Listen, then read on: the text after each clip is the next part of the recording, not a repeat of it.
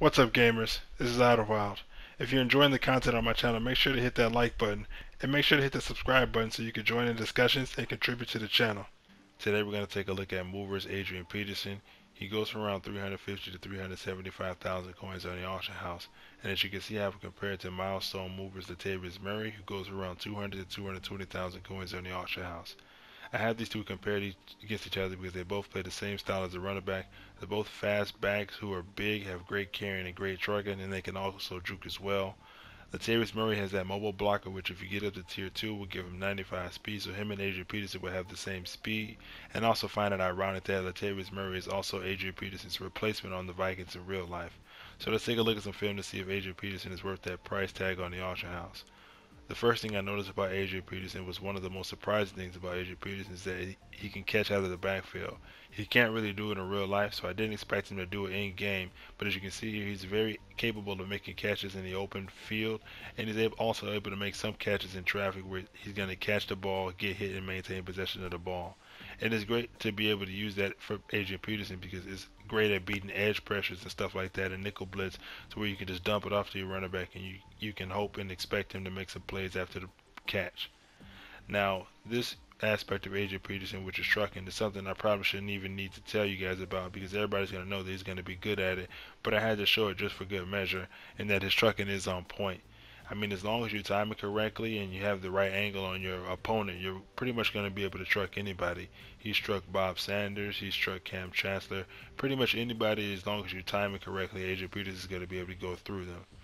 Another thing that a lot of people rave about Adrian Peterson is that he's able to break the first and a couple of tackles after that on the zone.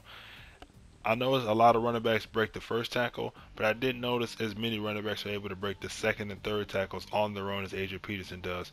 As you can see right here on this play, he breaks that tackle on his own, and then he breaks the user defender on his own, which is kind of frustrating because you don't expect a player to break that many tackles on his own, especially when you're using him as a defender, and there's nothing you can do about it. There's nothing that user could have done about that play where he scored the touchdown after bouncing out 2 or 3 people, except pray. Now, when it comes to Adrian Peterson and his speed, I think his speed, I'm going to put his speed on the display in a few seconds.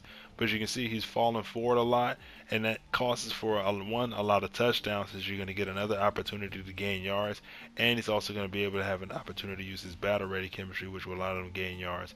And I didn't notice too many times where he was got hit and didn't get any yards. He rarely got the animation where he got the hit stick and where he just fell flat on his back. As you can see here, his speed is on full display. He's going to outrun Primetime and Brian Dawkins. I think it's mainly because I got a good angle on him.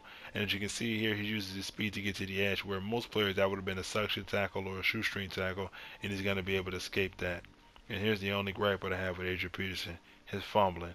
I played a season with him, and he fumbled 7 times, and I played 10 games. I mean, that's just, it's atrocious how bad it is with Adrian Peterson. He's definitely the definition of a high risk, high reward player. You're going to get some amazing plays out of him, some plays that you're not going to get with any other running backs. But you also have to be mindful that that comes with the risk. Even though you may think, oh, I'm going to use Adrian Peterson in a running back by committee, I'm going to use him for 2 or 3 plays, and then I'm going to put somebody else in so he never gets fatigued and he never fumbles the ball. I don't think it's a fatigue issue. Some of those fumbles that I had with him. Those were in the second or third play in the game, so he couldn't be that fatigued if it's the second or third play of the game or the second or third play of the drive, and he's still fumbling.